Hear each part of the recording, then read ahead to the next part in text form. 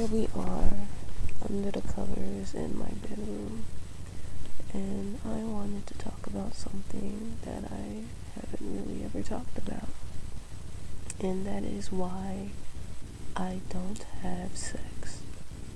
I really, compared to most people nowadays, I really don't have any sex. It took me 22 years to find, well, I was 21, I was about to turn 22 when I had sex with someone for the first time. The only reason I had sex with her was because I had finally figured out that I really had feelings for this person that went beyond the norm, but that didn't exactly get me what I wanted. So I had to stop having sex with her. I only did it once. After that, I tried to find another relationship, and so I would date around, and I ended up dating about 3 girls, and we hooked up once, but by hooked up I mean we made out a little bit, and sometimes I touched their vaginas. But it wasn't full-on sex, it was always either in a car or whatever. I hadn't really had sex in a bed. Then I figured that with girls, it wasn't really doing it for me. So at that point in time, I hadn't been penetrated yet. Like, no one had really done much to me. Girls had tried, but like I always kind of made them stop because it never felt good. They always tried to be rough. I don't understand what it is about women, but they have some weird, like, every woman wants to dominate me, and I don't really understand what it is about me. But even if they're shorter than me, if they're more feminine than me, something about me makes women want to dominate me, and I really don't understand it, but it's whatever. The only thing is, most women aren't really shit at it. Most women can't really do it right, so I never really got satisfied. Because the thing is, like, if you want to act dominant, you have to back it up. You can't really just be like, I'm gonna shove you up against the wall and take what I want, but when I see you, you want me to tie you up and fuck you. Not that I have any problem with that, because I can be rather dominant as well. It's just, if you promise somebody a diamond ring, but then you get them like one of those little quarter toys from that's like in front of the stores, you put a quarter in it and then you like turn the handle and like a little ball comes out. You get them like a piece of jewelry from there, they're gonna be like a little bit disappointed. So growing up, I always had this idea that it's not marriage that makes sex sacred, it's what you think about the person you're having sex with. So for an entire 22 years, I'd say, I told myself that my sex is special, my sex is sacred, and it was. There's never been a woman that I wasn't able to make come many, many, many, many, many, many times. And I had sex with 2 guys, one time each. The first time I had sex with a guy, didn't impress me. Second time, still didn't impress me. So I could officially say that guys weren't for me, because I feel like, even though I've always said that I was attracted to women, there's always been, and I always felt like the male body where it was aesthetically pleasing, but having sex with men it didn't soothe me. Something about being with another woman, like, it's not just the passion and the pleasure, it's just like the comfort of being with another woman. Not to say men can be affectionate, and not to say all women are affectionate, but for me personally, I do feel that when I do find someone who can satisfy me, I have like it all planned out in my head. But I want to talk about why sex is sacred, because recently I have recently became aware of a pattern of behavior I'd been existing in since the age of Atlantis, the age of Atlantis, that was when I took my very first lover. And that individual has been my only lover for over 1,000,000 years because I could never get over her. And realizing that, I've literally been keeping myself in a circle for 1,000,000 years waiting for this individual to stop fucking all these women and realize that none of them could equate to someone like me. After realizing that I didn't have to stop myself from experiencing making connections, after realizing that I can still love somebody, I just don't have to be somebody's. You don't have to belong to somebody to love somebody.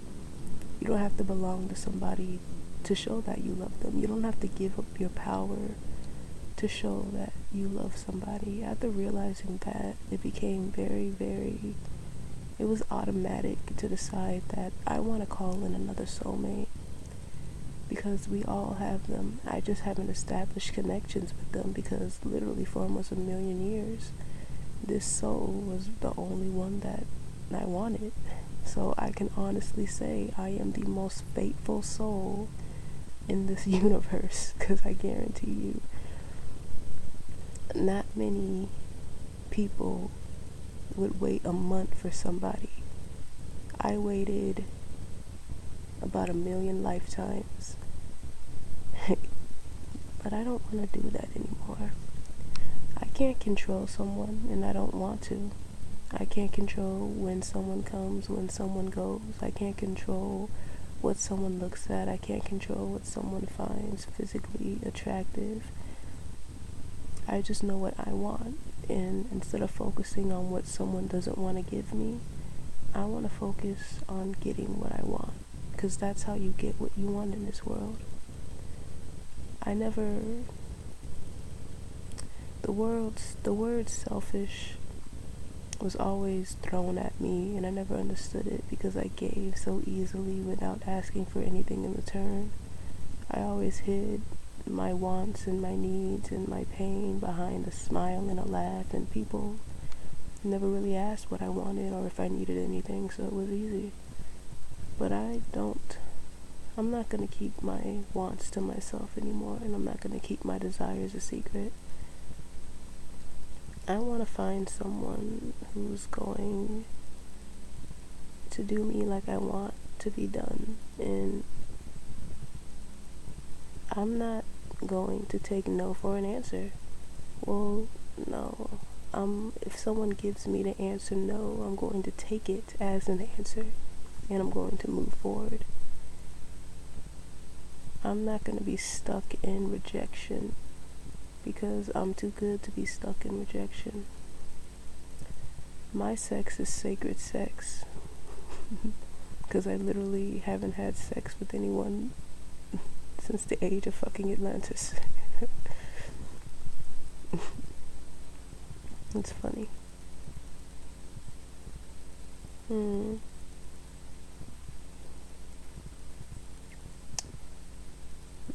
It's nerve-wracking though, because it's intimidating.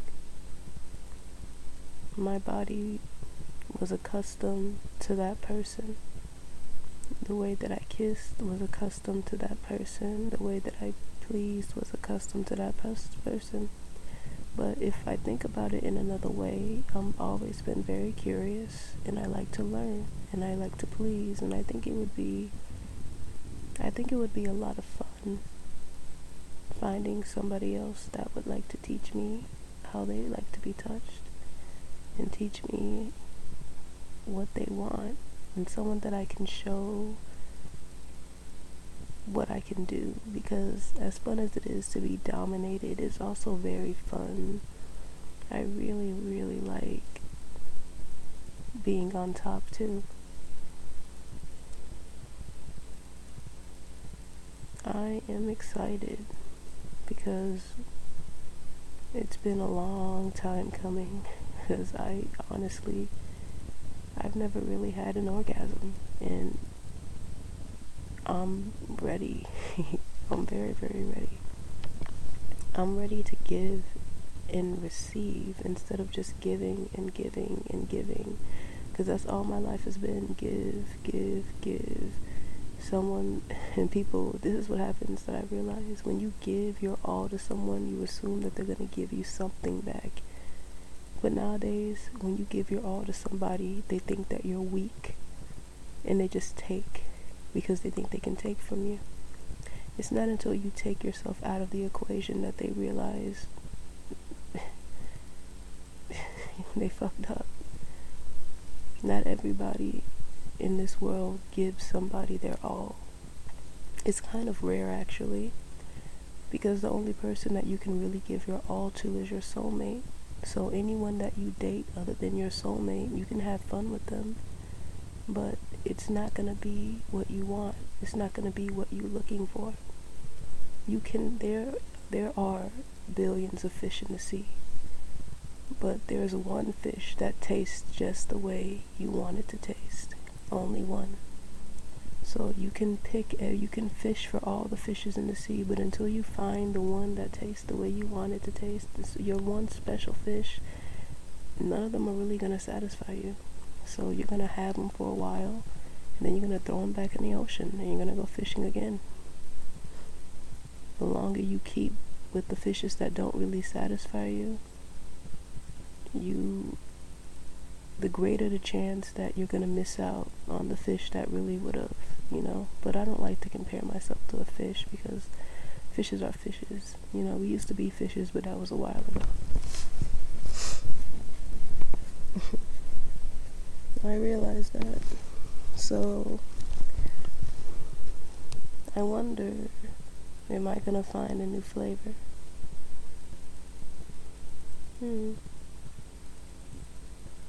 I wonder if people are going to like the way I taste. I like the way I taste.